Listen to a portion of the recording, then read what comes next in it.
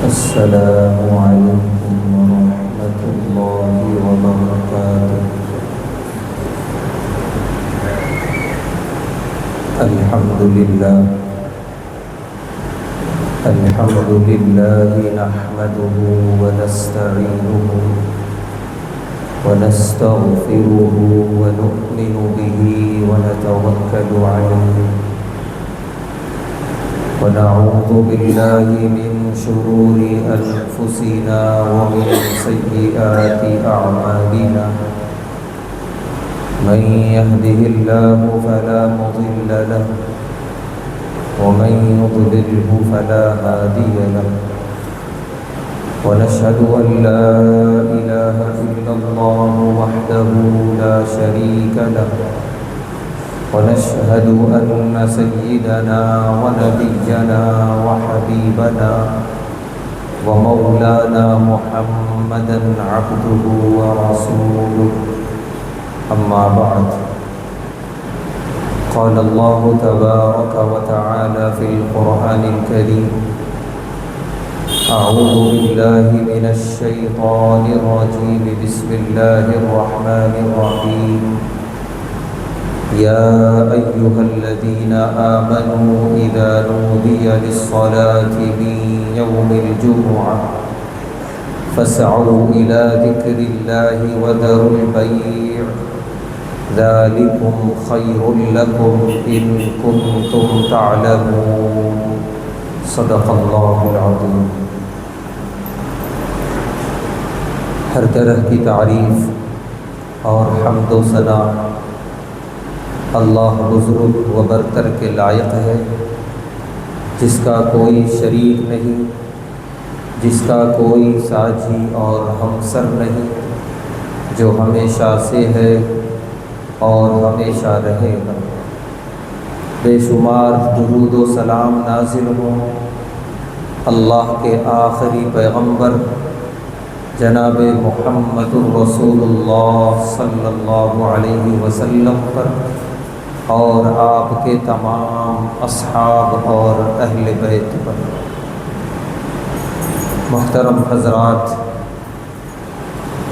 ہم لوگ اللہ کے فضل و کرم سے صاحب ایمان ہیں. ایمان اس روئے زمین پر اللہ تبارک و تعالیٰ کی سب سے بڑی نعمت ہے. ایمان ہے تو سب کچھ ہے، ایمان نہیں ہے تو کچھ بھی نہیں.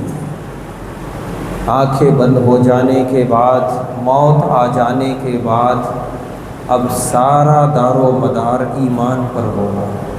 ایمان والا تھا، اب اس نے جو اچھے کام کیے ہیں اس کا بدلہ اسے ملتا جائے گا. ایمان والا نہیں تھا، اسے ایک طرف کر دیا جائے گا، چاہے دنیا میں کیسی بھی زندگی گزار کے آیا ہو. تو ایمان شرط اول ہے. اللہ نے ہمیں صاحب ایمان بنایا، یہ اللہ کا بے انتہا شکر و احسان ہے. اب ذمہ داری ہماری ہے کہ اس ایمان کی حفاظت کریں، کیونکہ اس ایمان پہ ڈاکہ ڈالنے کے لیے شیطان ہر لمحہ تیار ہے. وہ کوئی موقع ہاتھ سے جانے نہیں دیتا ایمان کو کمزور کرنے کے لیے، ایمان کو نچلی سطح پہ لانے کے لیے.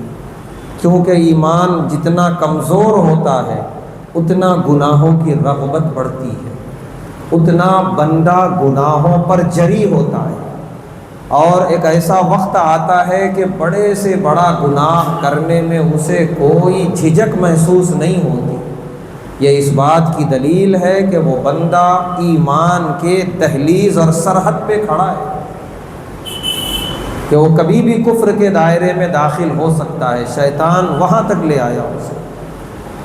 لیکن جب ایمان مضبوط ہوتا ہے اللہ کے فضل و کرم سے تو پھر ایمانیات والے کام کرتا ہے بندہ. گناہ نافرمانی کے تصور سے بھی وہ کانپ جاتا ہے. اسی لیے امام بخاری رحمۃ اللہ علیہ نے لکھا ہے خود کہ ہر بندہ اپنے ایمان کا خود بخود جائزہ لے سکتا ہے کہ میرا ایمان کتنا مضبوط ہے یا کتنا کمزور ہے. اگر رغبت ہے اللہ کی عبادت کی طرف، انتظار ہے اذان اور نماز کا، توبہ و استغفار کرنے میں اسے اچھا لگ رہا ہے، قرآن کریم کی تلاوت میں اسے لطف آ رہا ہے، گناہ کرتے ہوئے اسے جھجک محسوس ہو رہی ہے، گناہوں کے قریب بھی جانے کو تیار نہیں ہے، یہ کیفیت اگر ہے تو الحمدللہ ایمان مضبوطی کی طرف ہے۔ اور اگر اس کے برعکس ہے کہ نہ نمازوں میں دل لگ رہا ہے، نہ انتظار ہے نمازوں کا، نہ قرآن کریم کے پڑھنے کی کوئی توفیق ہے، اور اس کے برعکس گناہ پر گناہ ہو رہے ہیں صبح و شام، ایمان نیچی سطح پر ہے، اور ایمان کا نیچے کی طرف آنا یہ بڑے خطرے کی گھنٹی ہے کہ آدمی پھر کفر کے دائرے کے قریب آ جاتا ہے، اور اس حالت میں موت اچھی نہیں سمجھی جاتی۔ اسی لیے شیطان تو ہر لمحہ تیار ہے ایمان پر ڈاکہ ڈالنے کے لیے۔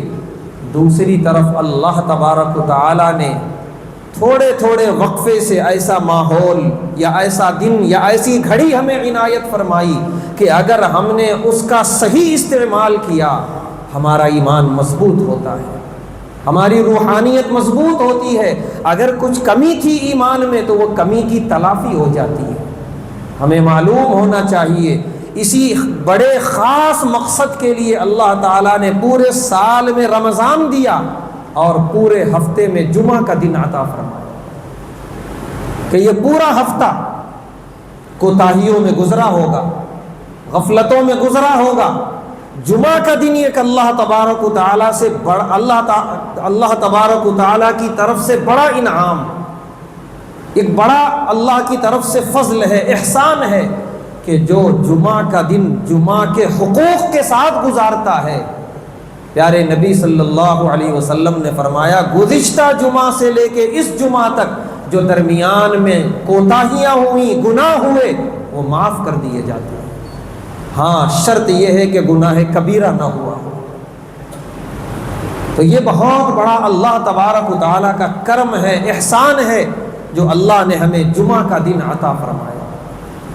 اس لیے ہم مومنین کو یہ بات ذہن میں رہنی چاہیے کہ جمعہ کا دن یہ اور دنوں کے برابر نہیں ہے، تمام دنوں سے باعظمت ہے۔ اسی لیے پیارے نبی صلی اللہ علیہ وسلم نے جب مکۃ المکرمہ سے ہجرت فرمائی، مدینۃ المنورہ تشریف لائے، قبا وادیوں میں آپ پہنچے اور جمعہ کا دن آیا تو آپ نے سب سے پہلا جمعہ وہاں پہ ادا فرمایا۔ مسجد نبوی کی تعمیر بعد میں ہوئی، اس سے پہلے جمعہ کی مشروعیت ہوئی، اور جمعہ کے دن آپ نے باقاعدہ جمعہ کی نماز کے ساتھ تھوڑی دیر خطبہ دیا، تذکیر فرمائی، اللہ کی اور اللہ کے رسول صلی اللہ علیہ وسلم کی باتیں فرمائیں، دنیا اور آخرت کی باتیں ارشاد فرمائیں، دنیا کی بے ثباتی اور آخرت کی عظمت کو بتلایا، اللہ کی توحید کی باتیں بتائیں، جنت و جہنم کا تذکرہ کیا، تاکہ صاحب ایمان جو ہیں، مومنین جو ہیں، ان کا ایمان تازہ ہو جائے، ان کی روحانیت مضبوط ہو جائے۔ اس دن سے لے کر آج تک اور انشاءاللہ تا قیامت یہ سلسلہ جاری رہے گا کہ یہ عظیم دن جمعہ کا جب بھی آئے گا مومنین بڑے خشوع اور خضوع کے ساتھ نماز جمعہ ادا کریں گے، اور اس سے پہلے اللہ اور اللہ کے رسول صلی اللہ علیہ وسلم کی باتیں بڑے خشوع اور خضوع کے ساتھ سماعت فرمائیں۔ پیارے نبی صلی اللہ علیہ وسلم نے فرمایا کہ ہم سے پہلے کی جو امتیں ہیں، خاص طور پہ یہود و نصارہ، ان کو اللہ نے اختیار دیا تھا کہ 3 دن جمعہ، ہفتہ اور اتوار، ان میں سے جس کو چاہو تم پسند کر لو عظمت کے لیے کہ اس دن کی تم تعظیم کرو گے، اللہ کی خوب عبادت کرو گے۔ پیارے نبی صلی اللہ علیہ وسلم فرماتے ہیں کہ یہودیوں نے ہفتے کا دن لے لیا اور عیسائیوں نے اتوار کا دن پسند کیا، اور جمعہ کا دن اللہ نے اپنی طرف سے ہمارے لیے منتخب فرمایا۔ اور پیارے نبی صلی اللہ علیہ وسلم فرماتے ہیں کہ یہ جو انتخاب تھا ہمارے لیے یہی اصل تھا۔ انہوں نے جو منتخب کیا اپنے لیے ہفتے کا دن اور اتوار کا دن، وہ کوتاہی میں رہ گئے، وہ محرومی میں رہ گئے۔ وہ عظمت نہ ہفتے کے دن ہے، نہ اتوار کے دن، نہ کسی اور دن، جو عظمت جمعہ کے دن کی ہے۔ پیارے نبی صلی اللہ علیہ وسلم نے فرمایا یہ سورج جو طلوع ہوتا ہے جمعہ کے دن سے زیادہ بابرکت کسی دن پر طلوع نہیں ہوتا۔ یعنی جتنے دن آتے ہیں ہر صبح، جمعہ جیسا دن بابرکت کوئی اور دن نہیں آتا. یہ دن اللہ تعالیٰ نے ہر ہفتے میں ہمیں عنایت فرمایا. پیارے نبی صلی اللہ علیہ وسلم نے پوری زندگی الحمدللہ جمعہ کے دن کا خاص اہتمام فرمایا. ہم بھی یہ عہد کریں کہ جمعہ کا دن اور دنوں کی طرح نہیں گزاریں گے. جس طرح پیارے نبی صلی اللہ علیہ وسلم نے اور آپ کے پیارے صحابہ نے گزارا اس طریقے سے گزاریں گے. سب سے پہلے جمعہ کے دن نماز فجر کا اہتمام. ویسے تو سارے صحابہ پیارے نبی صلی اللہ علیہ وسلم کے الحمدللہ نماز کے پابند، ان جیسی پابندی ہمیں کہاں ہو، لیکن اس کے باوجود جمعہ کی فجر بڑے خشوع خضوع اور اہتمام کے ساتھ ادا فرماتے تھے صحابہ. وقت سے پہلے مسجد میں حاضری.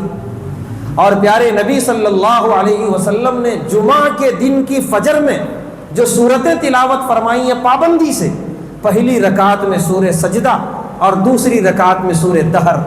علماء لکھتے ہیں یہ اس دن کی عظمت کے پیش نظر آپ نے منتخب کیا کہ سورہ سجدہ میں اللہ تبارک و تعالیٰ کی توحید کی باتیں ہیں، پھر اللہ کی ملوکیت اور بادشاہت کی باتیں ہیں، پھر انسان کی تخلیق کیسے اور کہاں سے ابتدا ہوئی اس کی باتیں ہیں، پھر اس کے بعد دنیا کی بے ثباتی اور دنیا کا دنیا ایک دھوکہ ہے اس کی باتیں ہیں، پھر اس کے بعد اس کے مقابلے میں آخرت کی باتیں ہیں.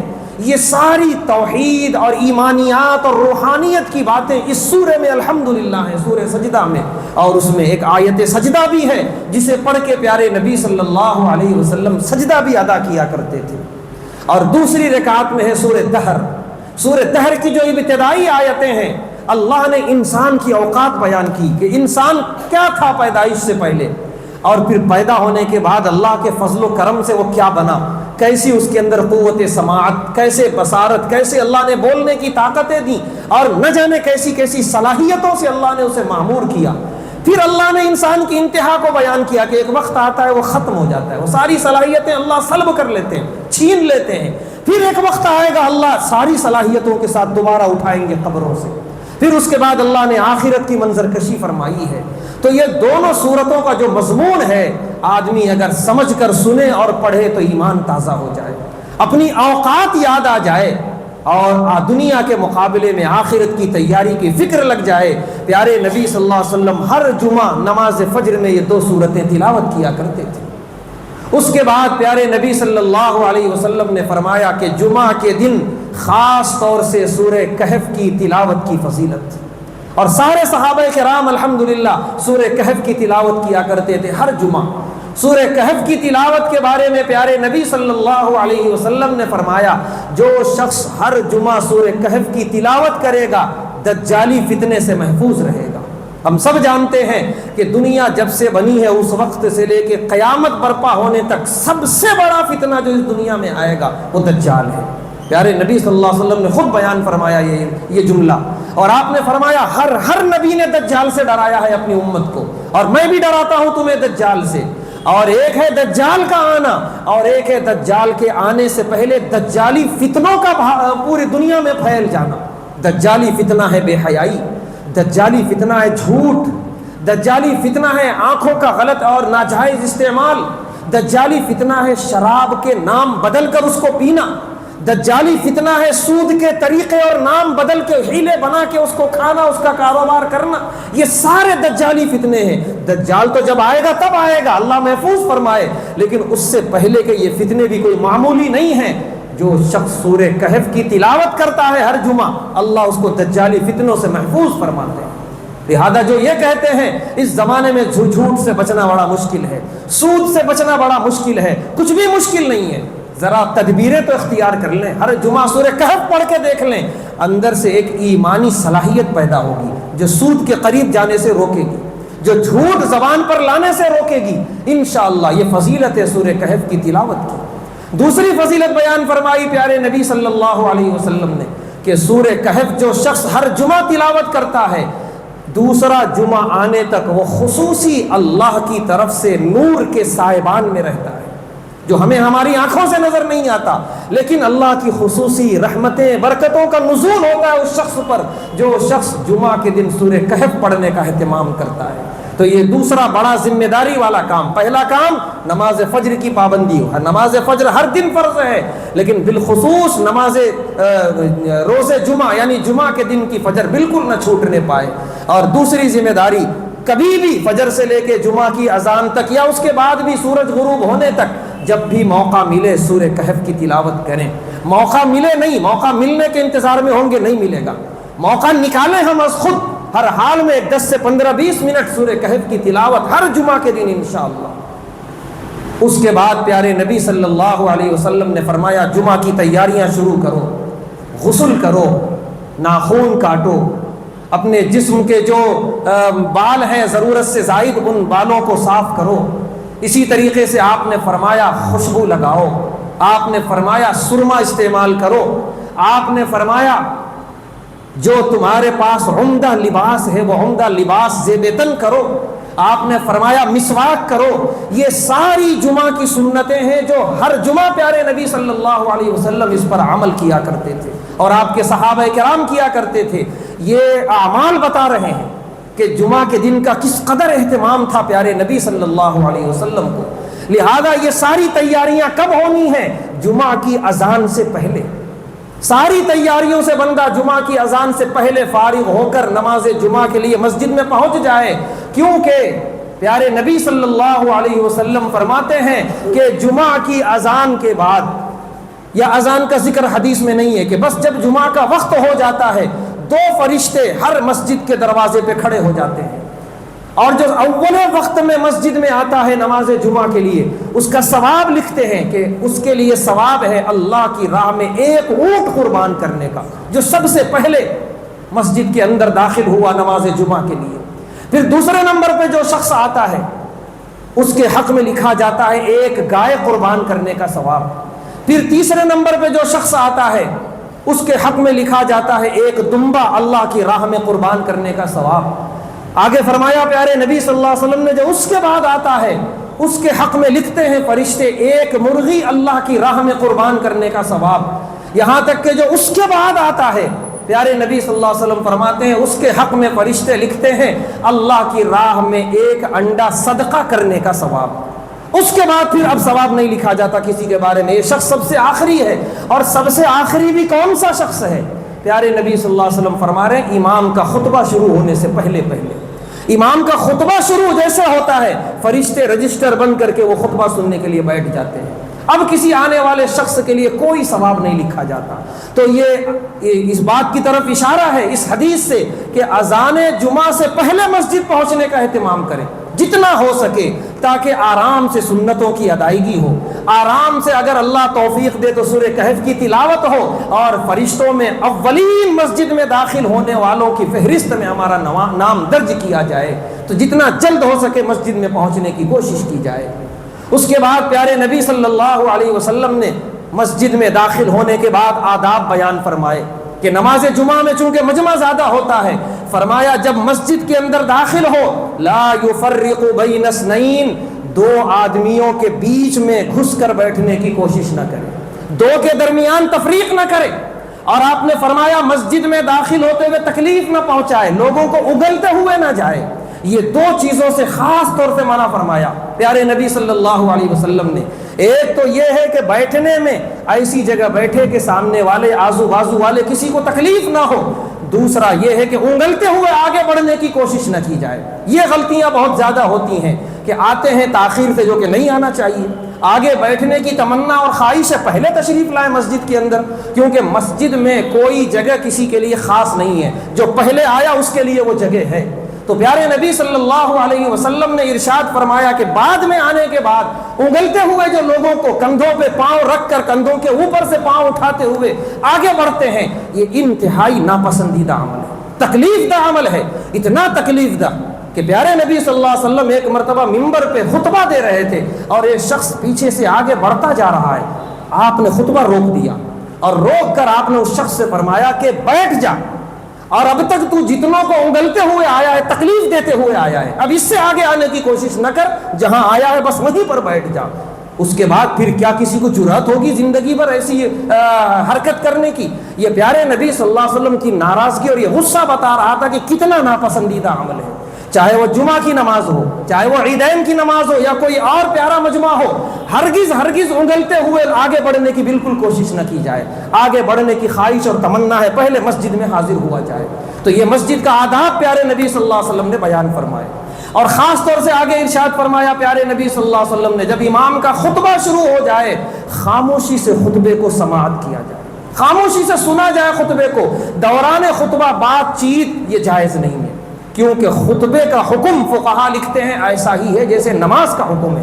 دوران نماز نہ ادھر ادھر دیکھنا ہے، نہ باتیں کرنا ہے، نہ دوسرے کو ٹوکنا ہے۔ اسی طریقے سے خطبے کے دوران ادھر ادھر دیکھا نہ جائے، کسی کے بات نہ کی جائے، کسی کو ٹوکا نہ جائے، بس پوری توجہ خطبے کی طرف ہو، اللہ اور اس کے رسول صلی اللہ علیہ وسلم کی باتوں کی طرف ہو، اور خشوع اور خضوع کے ساتھ خطبے کو سنا جائے اور اسے سماعت کیا جائے۔ بیٹھنا ادب کے ساتھ بیٹھا جائے۔ اس میں ایک غلطی یہ بھی ہوتی ہے کہ خطبہ جب آخری مرحلے میں ہوتا ہے، بہت سارے بھائی ہمارے مسجد کے دروازوں پہ آ کے کھڑے ہو جاتے ہیں۔ اس سے منع کیا ہے علماء کرام نے، جہاں بیٹھنے کی جگہ ہے بیٹھنے کی کوشش کی جائے، کھڑے ہو کر خطبہ سننا یہ خطبے کی ناقدری ہے، یہ خطبے کی بے احترامی ہے۔ اللہ اور اللہ کے رسول صلی اللہ علیہ وسلم کی باتیں بیٹھ کر سننا ہے ہر حال میں۔ تو لہذا جہاں تک انتظام میں پہنچنے کی کوشش کریں، اور جہاں بیٹھنے کا موقع ملا بیٹھ کے سنیں، چاہے 2 جملے سننے کے موقع ملے ہوں لیکن بیٹھ کر سننے کی کوشش کریں۔ کھڑے ہو کر جو سننے کی ہم نے عادت بنا لی ہے یہ خطبے کی ناقدری ہے۔ بعض لوگوں نے مکروہ لکھا ہے اور بعض علماء نے تو حرام بھی لکھا ہے کہ یہ جائز نہیں ہے۔ لہذا یہ ہر جمعہ اور ہر مسجد میں یہ کوتاہی ہو رہی ہے، یہ غلطی ہو رہی ہے۔ سب سے پہلی چیز یہ ہے کہ وقت پر آئیں مسجد، وقت پر آئیں گے سارا معاملہ صحیح رہے گا۔ یہ دیر سے آنے کی جو عادت بنا لی ہے اسی میں یہ انگلنے والی ہے، تکلیفیں دے پہنچانے والی حرکت ہوتی ہے، اور اسی میں دروازوں پر دیر تک کھڑے ہونے کی حرکتیں ہوتی ہیں۔ تو یہ ساری حرکتوں سے اپنے آپ کو، ان سارے گناہوں سے بچانا ہے۔ اللہ کے گھر میں وقت پر حاضر ہو جائیں، خشوع خضوع کے ساتھ اپنی عبادت میں مصروف ہو جائیں، انشاءاللہ ثواب ہی ثواب لے کے جائیں گے، کوئی گناہ ہمارے نامہ اعمال میں انشاءاللہ درج نہیں ہوگا۔ اس کے بعد پیارے نبی صلی اللہ علیہ وسلم نے یہ جملہ ارشاد فرمایا حدیث کے اخیر میں کہ جو شخص غسل سے لے کے نماز جمعہ کی ادائیگی تک سارے کام سنت کے مطابق کرے گا، اور مسجد آ کر نہ کسی کو تکلیف پہنچائے گا بلکہ خشوع خضوع کے ساتھ خطبہ سماعت کرے گا، نماز پڑھے گا، اس کے بعد وہ مسجد سے باہر نکلے گا، گزشتہ جمعہ سے لے کے اس جمعہ تک جتنے گناہ ہوئے اس کے معاف کر دیے جائیں گے۔ یہ اتنی بڑی خوشخبری پیارے نبی صلی اللہ علیہ وسلم کی طرف سے ہر اس شخص کے لیے ہے جو جمعہ کی ادائیگی، جمعہ کی نماز کی اس کی پورے حقوق کے ساتھ کرے۔ خاص طور سے ہمیں یہ بات سمجھنی چاہیے، اتنا عظیم دن اللہ تعالیٰ نے دیا جمعہ کا دن، اور ہمیں اللہ تبارک و تعالیٰ نے اس کے لیے جو وقت مانگا ہے وہ صرف اتنا کہ جب اذان دی جائے اس وقت سے لے کر نماز جمعہ ختم ہونے تک یہ جو مختصر سا وقت ہے، آدھا گھنٹہ، 1 گھنٹہ یا 1.5 گھنٹے کا جو بھی، اسے اللہ کے لیے خاص کر دو، اللہ اور اس کے رسول صلی اللہ علیہ وسلم کے لیے خاص کر دو۔ اذا نودی للصلاة من یوم الجمعہ فاسعوا الی ذکر اللہ، اللہ فرما رہے جب جمعہ کی اذان دے دی جائے اب دوڑو اللہ کے ذکر کی طرف۔ یہ اتنا اہم ترین کام ہے کہ اس کے لیے اللہ نے پوری سورہ نازل فرمائی، سورہ جمعہ۔